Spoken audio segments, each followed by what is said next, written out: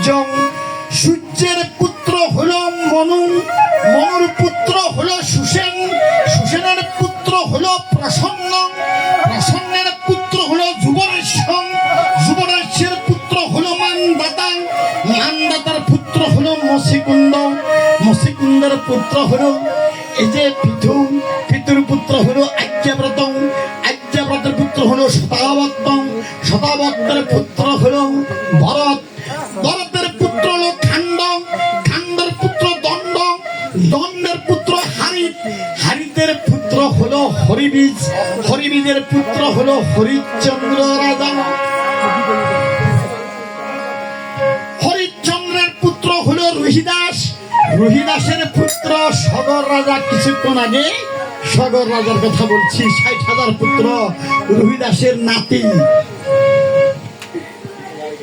সেই সগর হলো, সগরের পুত্র হলো অসমঞ্জন, অসমঞ্জনের পুত্র হলো অংশুমান, অংশুমানের পুত্র হলো দিলীপ রাজা, দিলীপের পুত্র হলো এই যে ভগীরথ, যে ভগীরথে গঙ্গা এনেছেন সেই ভগীরথের পুত্র হলো সুদাস, সুদাসের পুত্র সৌদাস, সৌদাসের পুত্র আবার দিলীপ রাজ, দিলীপের পুত্র হলো এই যে রঘুরাজ, রঘুরাজের পুত্র হলো অজয় রাজা, অজয় রাজার পুত্র হলো দশরথ রাজা, দশরথের পুত্র হলো শ্রীরামচন্দ্র।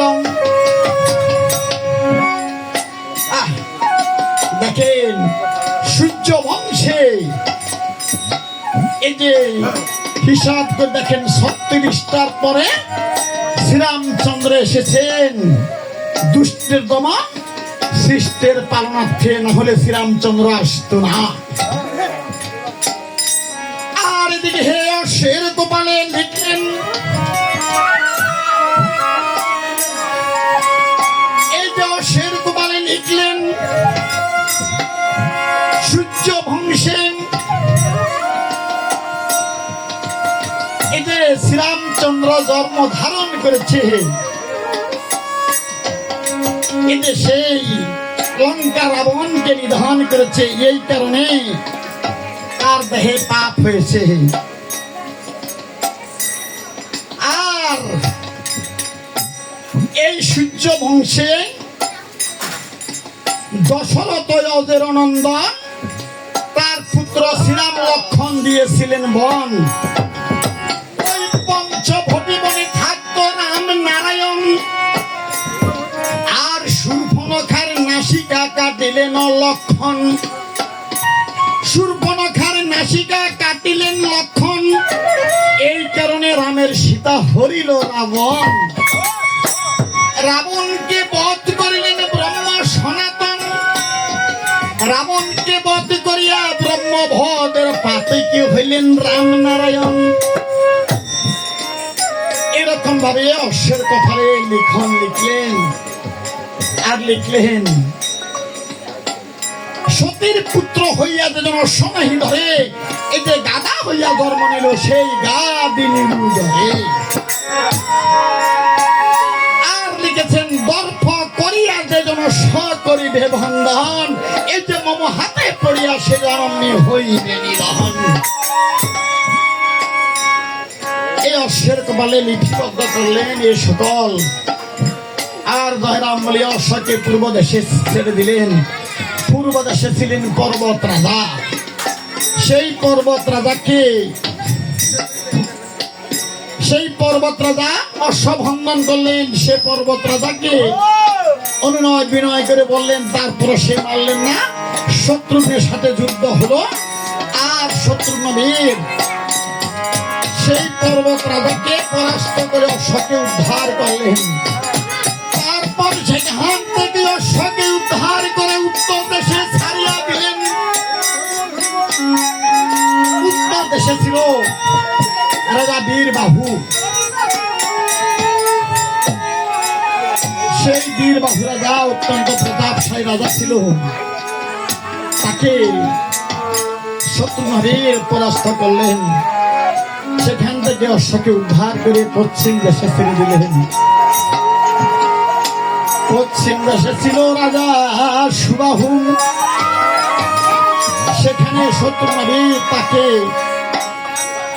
আপনি যুদ্ধ করে তাকে পৃথিবীর বুক থেকে বিদায় করে দিলেন, আর সেখান থেকে অশ্বকে উদ্ধার করলেন।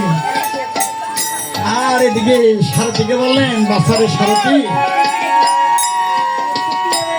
শত্রুঘ্ন বললেন, বাসারে সারথী, আমরা হাসতে খেলতে এই পৃথিবীর 3টা দিক আমরা জয় করেছি, আর দক্ষিণ দেশ আমাদের বাকি আছে।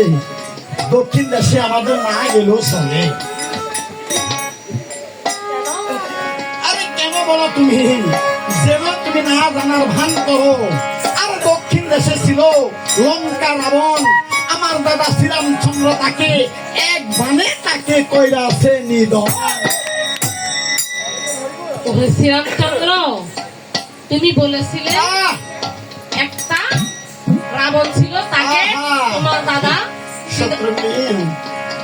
আমি তোমার দাদা তাকে নিধন করেছে। ওহে শত্রুঘ্ন, তুমি জানো না,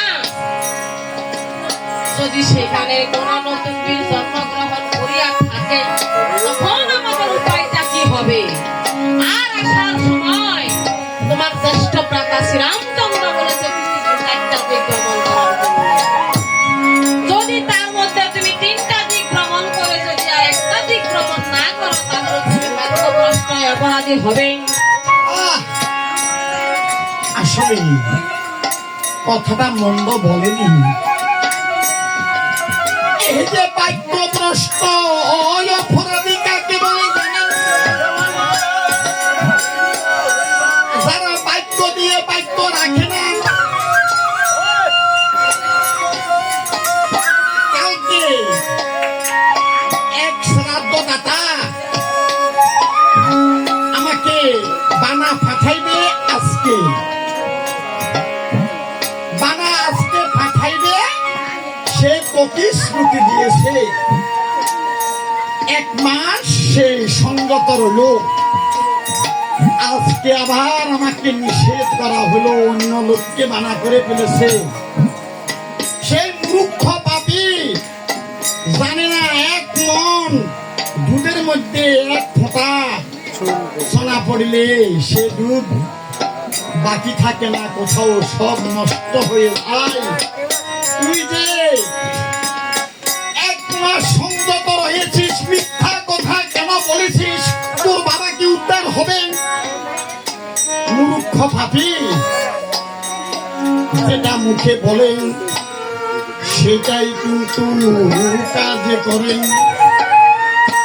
ভগবান তাকে কখনো ঠেকে না, ভগবান তাকে কখনো ঠেকায় না। মিথ্যাবাদী যারা যারা লোক লালসার মধ্যে পড়িয়া মিথ্যা কথা বলে, ভগবান তাদেরকে সব সময় ঠেকিয়ে রাখে। সেই মূর্খভাবে জানে না কোন অপরাধে সে থেকে আছে এই পৃথিবীর মধ্যে। কালকে এই দুঃখ হয়, পরশুদিন এই দুঃখ হয়, পরের দিন পা ভেঙে যায়, রোগ হয়, সুখ হয়। কোন কারণে? সে মূর্খ পাপী জানে না। যারা আধ্যাত্মিক তত্ত্ব জানে, যারা এই দেহখানাকে চিনে, এই দেহখানাকে জানে, 18 মোকামের দেহ, এই 18 মোকামের দেহের মধ্যে আমার প্রভু বিরাজমান। আমি মিথ্যা কথা কেন বলবো? লেখা আছে সূরা মধ্যে সূরামণি, ব্রহ্ম মধ্যে স্থিতি, পাঠ মধ্যে মহাবিষ্ণু করেন বসতি, চক্ষুতে কালাসান করিতেছে ধ্যান, এই যে নাসিকাতে নিত্যানন্দ মধু করে পান, অন্যতে চৈতন্য গোসাই হয়ে সাবধান। আর এদিকে মুখেতে ভদ্রাগ 32 যোগান, এই যে জিহ্বা মূলে নারদ মুনি বাজাই কুণ্ডল, আলা জিহ্বা বয়ে কায়া গঙ্গার জল, আলা জিহ্বা সরস্বতী, বামেতে শ্রীরাম, কণ্ঠে কানাই বসে, বাহুতে বলরাম। এই যে হস্তের মধ্যে আমার শ্রী গোবিন্দ ধানের অধিপতি, এই শব্দ কোথায় খুঁজি আমরা? এই দেহ মাঝে আমার জগন্নাথ আছে,